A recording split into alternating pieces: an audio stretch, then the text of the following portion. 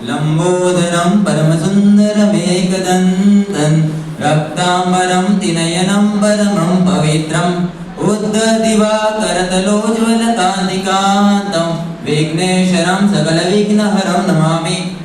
क्या है आयुर्वेद का महत्व क्या है उसके बारे में आपको बताऊंगा। आयुर्वेद का आयुर्वेदा दो शब्द से बना हुआ है। आयु प्लस वेद, मतलब आयु मतलब लाइफ और वेद मतलब नॉलेज। इसके लिए एक श्लोक भी है कि हिताहितं सुखम दुखम आयु तस्य हिताहितं मानव च तच्च यकृतं आयुर्वेदम सूच्यते। इसका मीनिंग है कि जिसमें जीवन का लाभ हानि सुख दुख और जीवन के माप के विषय में इसके बारे में कहा गया है। यही आयुर्वेदा है।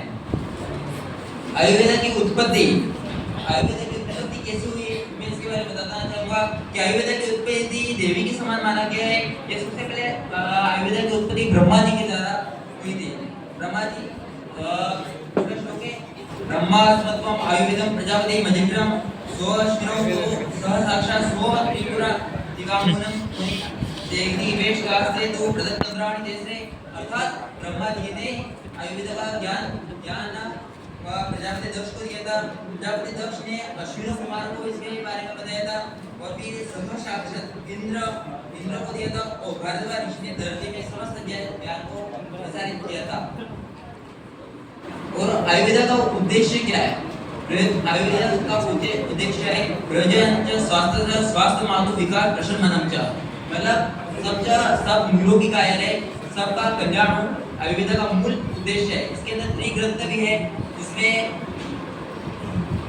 Historical background of the Ayurveda जो कि त्रिग्रंथ में चरक ने बताया था, सुश्रुत ने बताया था, अष्टांग हृदय इसमें चरक ने इसका आंतरिक चिकित्सा के बारे में बताया था। इसमें औषधि एवं चिकित्सा के बारे में बताया था, जो कि पहली से दूसरी शताब्दी में उन्होंने इसके बारे में व्याख्या की थी।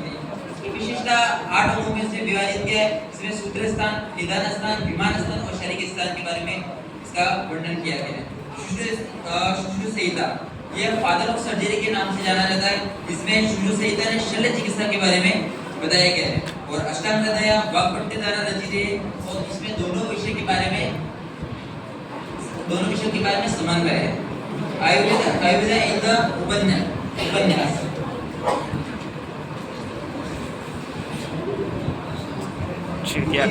आयुर्वेद के वेदों की उपवेद के रूप में माना जाता है, जो कि वेद व ग्रंथों की गहराई से जुड़ा हुआ है, जो आत्मा और परमात्मा का संबंध में होता है। आयु शरीर प्राण मन और स्वस्थ जीवन के संबंधित होता है।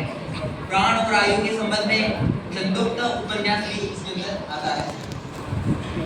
और शरीर और आत्मा के अंदर काठोपनिषद उपन्यास के अंदर आता है। इसमें बताया गया है कि शरीर जो कि अपने रथ समान होता है और आत्मा होती है जो स्वार्थी के समान होती है, सारथी मतलब उसके समान होती है। पुराणोक्त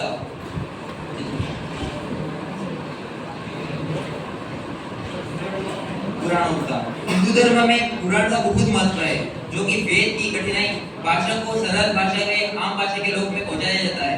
धार्मिक शिक्षा इसमें धर्म कर्म मोक्ष और भक्ति को सरल कठिनाई से बताया गया है।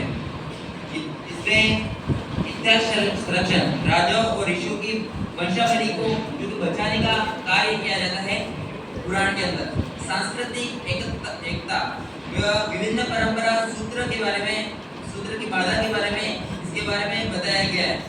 और नैतिक शिक्षा इसमें जीवन के मूल्य के बारे में बताया गया है। कला और पूजन इसमें जीवन के मूल्य कर्तव्य के बारे में बताया गया है। वर्तमान में आयुर्वेद का क्या महत्व है? वर्तमान समय में आयुर्वेद क्या है उसके बारे में आपको बताना चाहूंगा मैं। ये आज के समय में आयुर्वेद केवल भारत तक सीमित नहीं है, यह विश्व स्तर पर प्रसिद्ध चिकित्सा पद्धति बन चुकी है। इसमें योग पंचकर्म औषधि और आहार विहार के लोग अब प्रगति चिकित्सा की ओर लौट रहे हैं। कोविड-19 के बाद इम्यूनिटी बढ़ाने का काम ही आयुर्वेद ने किया था। सरकारी और अंतर्राष्ट्रीय समर्थन भारत सरकार ने आयुर्वेद मंत्रालय को इसको बनाया, इसमें लोग अधिक से अधिक मात्रा में आयुर्वेद से जुड़ सके। और WHO ने भारत का पहला ग्लोबल सेंटर ट्रेडिशन बनाया था और आयुर्वेद के उत्पादन को मार्ग रहे हैं। आयुर्वेद को डिजिटल रूप से भी बहुत प्रसार किया था। आयुर्वेद के बारे में बताया था, जिसमें यूट्यूब ऐप वेबसाइट बहुत सारी है, जिसमें आजकल तो हम पढ़ते भी है कंडीशन पुराना उपनिषद कहाँ है? कंक्लूजन पुराना उपनिषद कहाँ है? उपसंहार। आयुर्वेद केवल एक चिकित्सा पद्धति नहीं, यह केवल जीवन शैली है। यह हमें सिखाता है कि प्रगति के साथ हमें संतुलन बनाकर एक स्वस्थ दीर्घायु और सुखी जीवन जी सकते हैं। तो इसके रेफरेंस है इजी आयुर्वेद फॉर्म और श्लोक फॉर द अष्टाध्यायी से मैंने इस सब को मैंने लिखा है। और इसके अंतिचरण में एक श्लोक पढ़ना चाहूंगा। ओम योः शांतिरन्तरिक्षगो शांतिः पृथिवी शांति आपः शांति उपदे शांति विश्वे देवाः शांति ब्रह्म शांति उपदे शांति बृहस्पति शांति शांतिगो शांति श्यामा शांति रेदे यतो यथा समीपसे ततो न अभ्यंकुरु शन्न गुरु भयाभ्यभयन्न पशु शांति सुशांति भवतु। अस्तु।